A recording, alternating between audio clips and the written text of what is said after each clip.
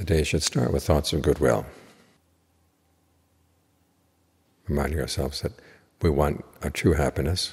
That's how we show goodwill for ourselves. We're not going to settle for second best or third best, or for what most people do of 20th, 30th best. We want the best kind of happiness, a happiness that lasts, a happiness that doesn't turn on you. And we realize that for our happiness to last, it can't depend on the suffering of the other people and the beings. So we have to have goodwill for them too. And one of the best ways of showing goodwill is through restraint. We tend to think of goodwill as a big, expansive state of mind, and it is. But also know certain boundaries. The goodwill is boundless, but you have to realize that your actions have to have boundaries. Certain things you will do and will not do. And the reason that you won't do the things that you won't do is because you know they're going to be harmful. In other words, you can't look for happiness in that direction, so hold yourself back. And we tend to think of restraint as confining, but actually it's just keeping us from falling into cesspools, stumbling over cows. You may know that passage in the canon, where the Buddha is talking about having common sense, not to put yourself in danger, not to go out at night, say, where you're subject to stumbling over cows and falling into cesspools.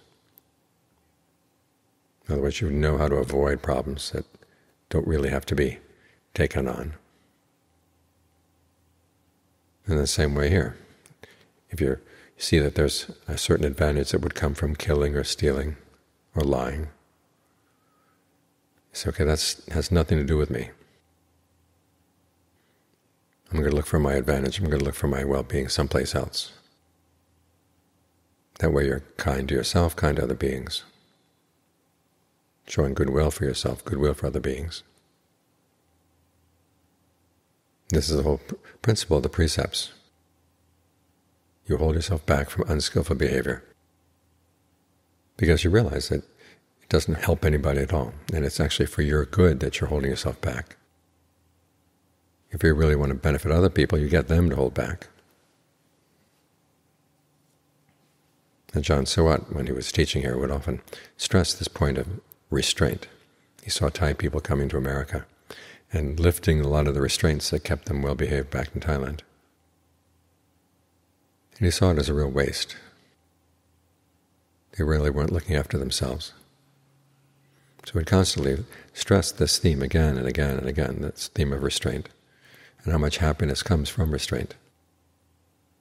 And that goes against a lot of our urges, but a lot of our urges are inspired by what? Greed, aversion, and delusion. So we have to look at restraint as a type of happiness, and realizing that it embodies goodwill for ourselves and for other people. When you have that attitude as you go through the day, you find that the day is a lot lighter. When you run up against a wall inside like this, it says, nope, that's out of bounds. You learn to look inbounds, and you find that the resources for happiness are here. Because that's one of the other advantages of restraint, is instead of looking outside and things that are going to cause trouble, you look inside for where the real sources of happiness can be found. So when you run up against a fence like that, don't resent the fence. Just turn around and look at the area that you're trying to get out of. Maybe there's something good here. Dig down inside. And as Ajaan Lee says, you may run into some rocks under the ground. In other words, you might find there are pains as you sit and meditate, as you look for happiness inside.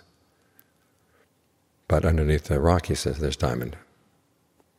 And you figure out how to get around the rock, not just give up and run away, but keep on digging, digging, digging. You'll find that there's a way to get to the diamond. And that's because you turned your attention inside.